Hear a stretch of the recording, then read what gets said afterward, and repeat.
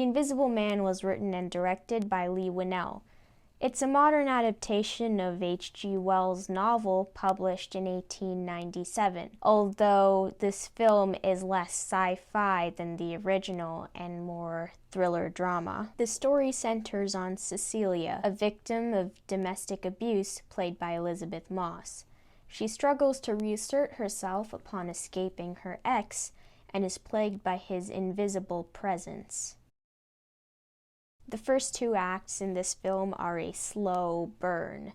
Like Cecilia, the audience isn't exposed to the Invisible Man until later in the film. As the story unravels, the horrors come to life, figuratively and literally.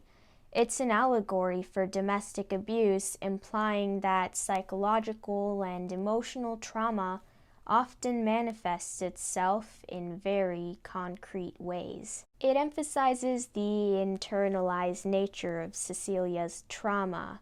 The Invisible Man is a symbol for her psychological torment. In that sense, the Invisible Man is ironically a literal metaphor. Elisabeth Moss's performance in this film is harrowing. Her subtle nuances effectively portray the alienation and isolation often associated with emotionally fragmented and abused individuals.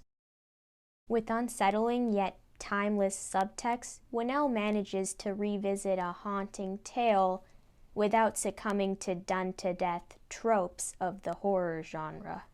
This film avoids constraining itself to classic horror conventions such as the classic jump scare or ineffective use of sound leading to said jump scare. It often uses silence to further immerse the audience and build tension. Given the threat is invisible, it forces the audience to resort to other senses. Aside from sound, the camera work in this film is also very effective. There are some very long takes on empty spaces which force the audience to look around the screen.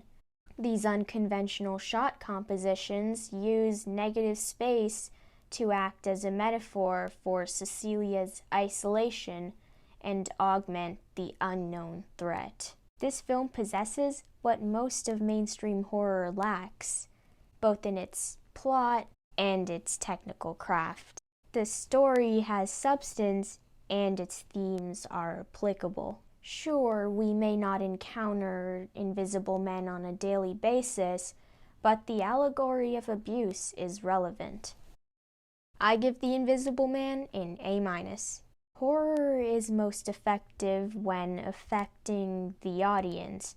It's not only frightening, but also intrinsically unsettling. As for The Invisible Man, the scare's not temporary, rather it lingers far past the credits. This film taps into our most primal fears, fear of the unknown, because often what we cannot see may just be the biggest threat. Thank you for joining me on this edition of The Real Review, and I'll see you next time.